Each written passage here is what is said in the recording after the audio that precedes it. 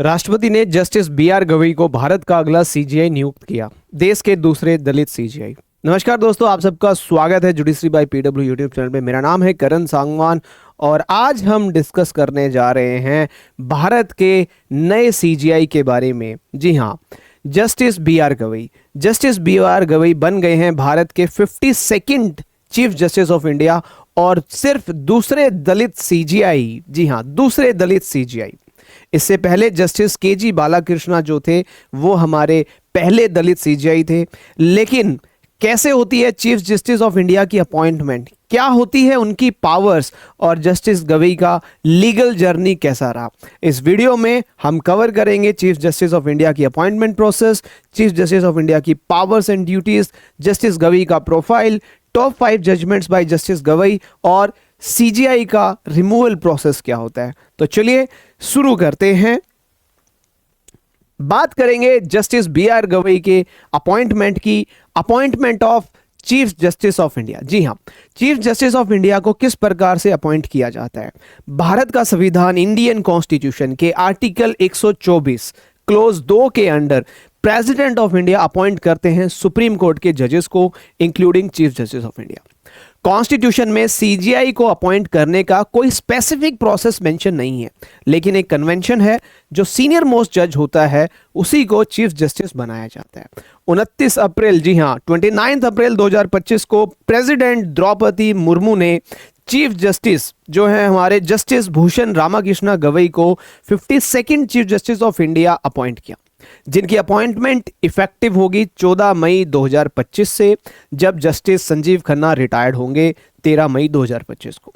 Justice Gavai का नाम 16 अप्रैल 2025 को रिकमेंड किया गया था as a 52nd chief justice of India.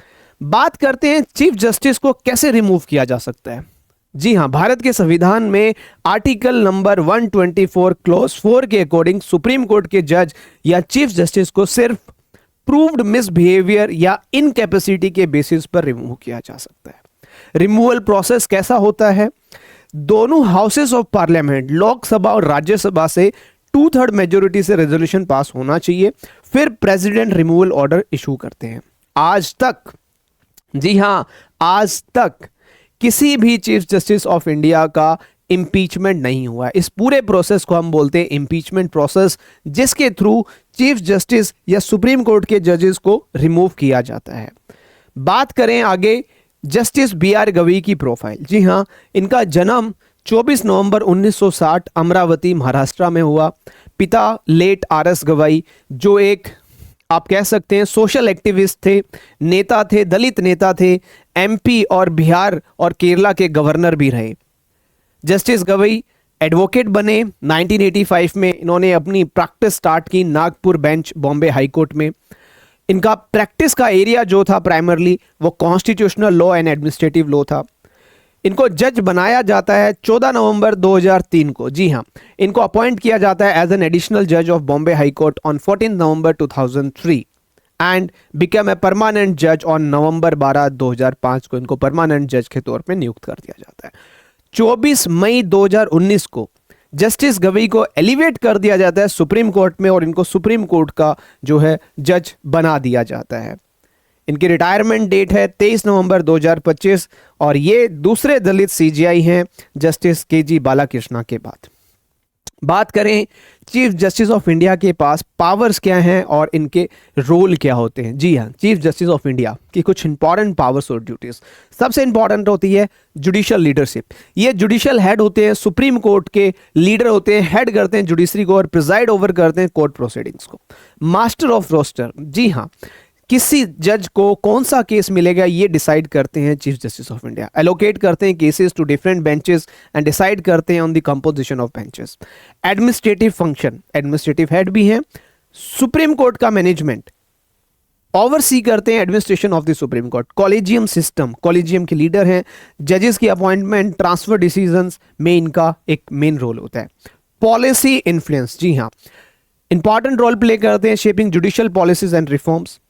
Chief justice of India judiciary reforms of internal discipline के लिए भी जिम्मेदार होते हैं। साथ के साथ नेशनल इंटरेस्ट मैटर्स और PILs में मेजर इन्फ्लुएंस रहता है।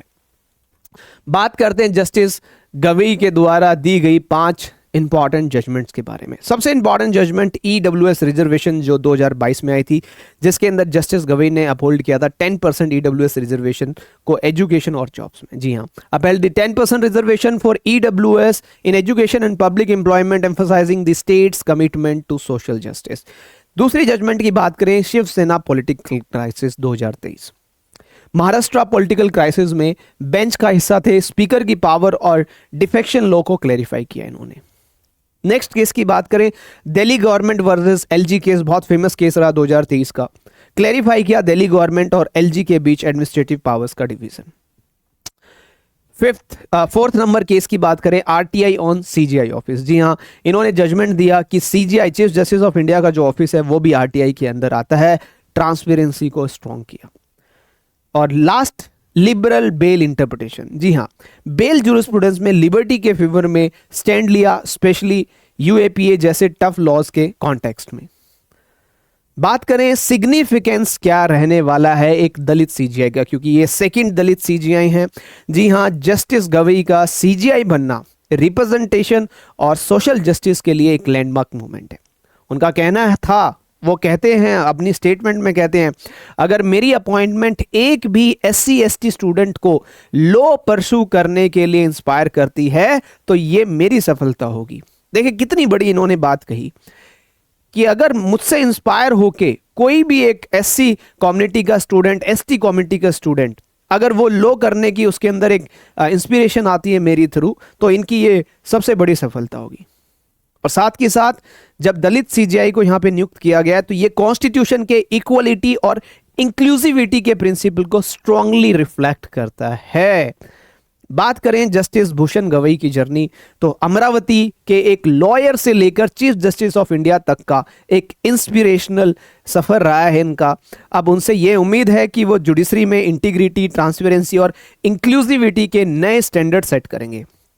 आपका क्या कहना है जस्टिस गवई के सीजीआई बनने पर? अपना ओपिनियन कमेंट बॉक्स में जरूर लिखें। और ऐसी ही इंटरेस्टिंग वीडियोस के लिए और जुडिशियल सर्विस प्रिपरेशन के लिए आप हमारा विधान जुडिशरी फाउंडेशन बैच ज्वाइन कर सकते हैं, जिसकी फीस 17,999 है। लिंक आपको डिस्क्रिप्शन बॉक्स में मिल जाएगा। कॉम्प्रिहेंसिव प्रिपरेशन आपको इस बैच में करवाई जाती है, प्री मेंस इंटरव्यू तक की तैयारी विधान जुडिशरी फाउंडेशन बैच के साथ। Thank you so much. सत्यमेव जयते। और कमेंट करके बताइएगा चीफ जस्टिस ऑफ इंडिया जो हमारे जस्टिस गवई हैं, इनके रिगार्डिंग आपके क्या विचार हैं? क्या ये काफ़ी कुछ उलटफेर कर सकते हैं या नहीं कर सकते? क्या ये 3 ईयर की जो मैंडेटरी प्रैक्टिस के ऊपर बात चल रही है जुडिशरी एस्पिरेंट्स के, क्या उसके फेवर में डिसीजन देंगे या उसके अगेंस्ट में देंगे? अपना विचार जरूर दें, हमें कमेंट में ज़रूर बताइएगा। Thank you. सत्यमेव जयते। जय हिंद, जय भारत। मिलते हैं नेक्स्ट वीडियो में। धन्यवाद।